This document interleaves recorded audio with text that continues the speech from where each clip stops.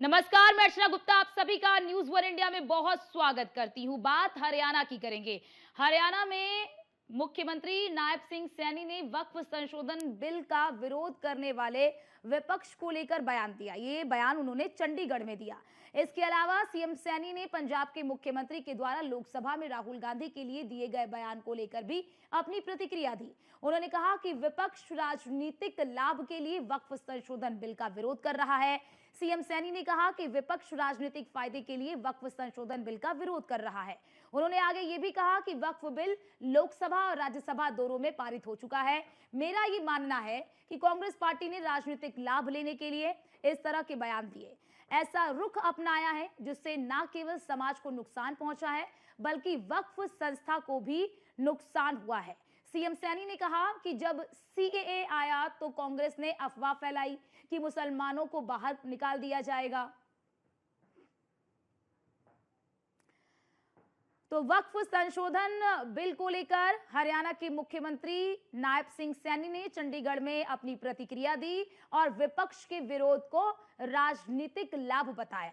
उन्होंने कहा कि विपक्ष राजनीतिक लाभ के लिए, तुष्टीकरण के लिए, वोट बैंक के लिए इसका विरोध कर रहा है और अफवाह फैला रहा है, भ्रम फैला रहा है मुसलमानों के बीच में, जबकि वक्फ संशोधन विधेयक जो बिल है वो मुसलमानों के हित के लिए लाया गया। उन्होंने सीएए यानी कि सिटीजनशिप अमेंडमेंट एक्ट का भी जिक्र किया और कहा कि जब सिटीजनशिप अमेंडमेंट एक्ट लाया गया था तो उस वक्त भी विपक्ष ने एक नैरेटिव बनाया, भ्रम फैलाया कि इसके जरिए देश के मुसलमानों को बाहर कर दिया जाएगा। तो लगातार विपक्ष इस तरह की बयानबाजी इसलिए कर रहा है ताकि वो अपने वोट बैंक को साध सके, ताकि वो तुष्टीकरण की राजनीति कर सके और इसी वजह से विपक्ष इस तरह की बयानबाजी कर रहा है। उन्होंने जिक्र किया कि वक्फ संशोधन विधेयक लोकसभा और राज्यसभा से अब पारित हो चुका है। राष्ट्रपति के हस्ताक्षर के बाद ये कानून का रूप ले लेगा। विधायक दल कार्यालय का ये यहाँ पर नवरात्रों के अवसर पर पूजा अर्चना करके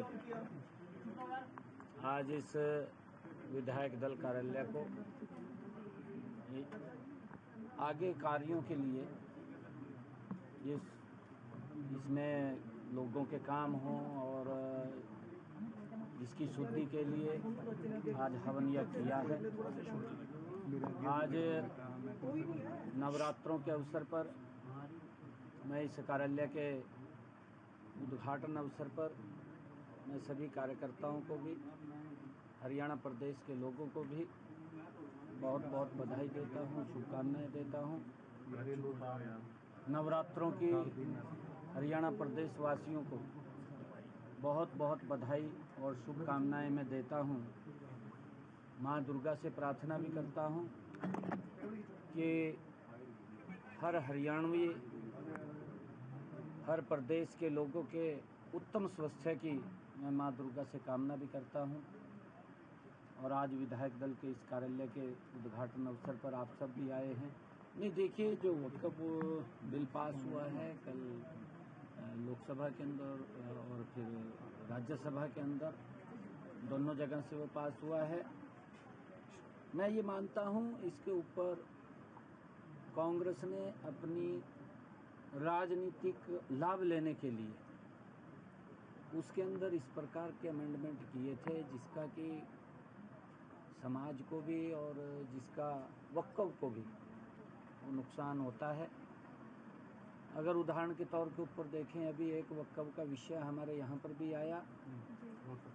1967 में वो पंचायत श्यामलात दे थी और धीरे धीरे करके 1990 में उसका नोटिफिकेशन हो जाता है, वक्फ के नाम चली जाती है।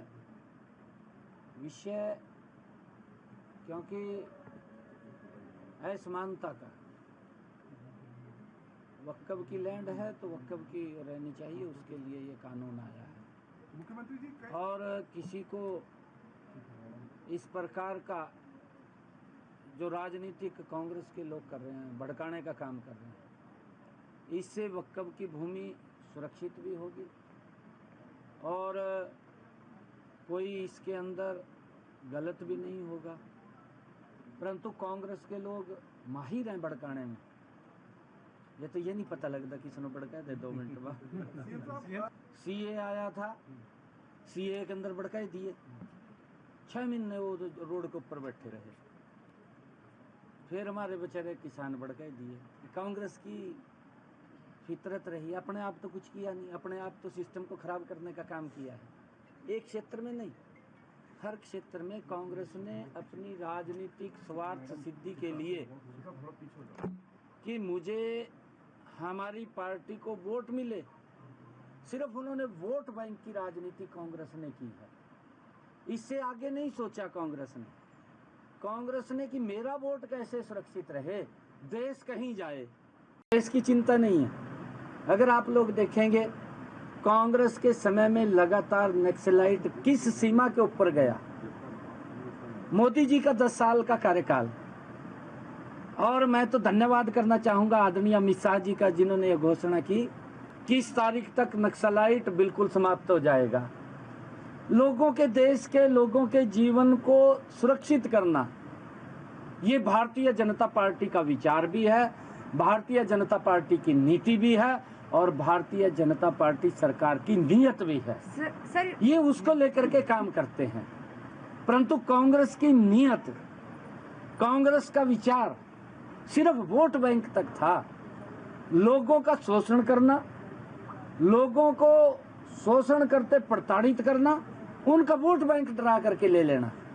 उनको इस प्रकार का डराने का मास्टर थे ना कांग्रेस के लोग, इस बात में मास्टर थे कि किस तरीके से लोगों को एक कानून का डर दिखा करके किस तरीके से उनको भय पैदा करते थे, और भय पैदा करके फिर वोट कलेक्ट कर लेते थे।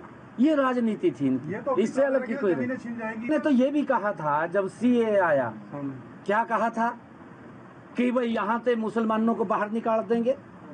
अरे कितने दिन हो गए सीए को आए को, एक भी मुसलमान को बाहर निकाला? ये कहा गया उसके अंदर, बार बार कहा गया। जब सीए का कानून आया तब ये बार बार बात कही गई कि जो हिंदू पाकिस्तान, जो हिंदू अफगानिस्तान, जो हिंदू बांग्लादेश के अंदर प्रताड़ित है, जो धर्म के आधार के ऊपर प्रताड़ित हुए हैं, जिन्होंने धर्म नहीं बदला है, उनको नागरिकता देने का कानून था वो। अरे ये कह रहे कहा उनकी नागरिकता चली जाएगी। फिर अरे किसान इतने दिन बैठे रहे। अरे भाई हम कुछ तो कर लेंगे। इतने लंबे समय 55 साल तक कांग्रेस देश के ऊपर सत्ता में रही, कितना पैसा उन्होंने एमएसपी का बढ़ाया यही बता दें। राहुल गांधी स्टेटमेंट दें, देश के किसानों को देनी चाहिए राहुल गांधी को कि भाई मेरे दादा भी रहे, मेरी दादी भी रही है, मेरे पिताजी भी मुख्य प्रधानमंत्री रहे, कितने लंबे समय रहे हैं। ये तो तीसरी पीढ़ी की तो स्टेटमेंट बनती है, राहुल गांधी की स्टेटमेंट बनती है, देनी चाहिए उसने स्टेटमेंट, देश के किसानों को देनी चाहिए कि हमारे परिवार ने इतना भला किसानों का किया है। परंतु किया हो तो देना स्टेटमेंट। भड़काने में लगे हुए हैं, लोगों को भड़का करके उनका शोषण करते हैं, सड़कों पर बैठाने का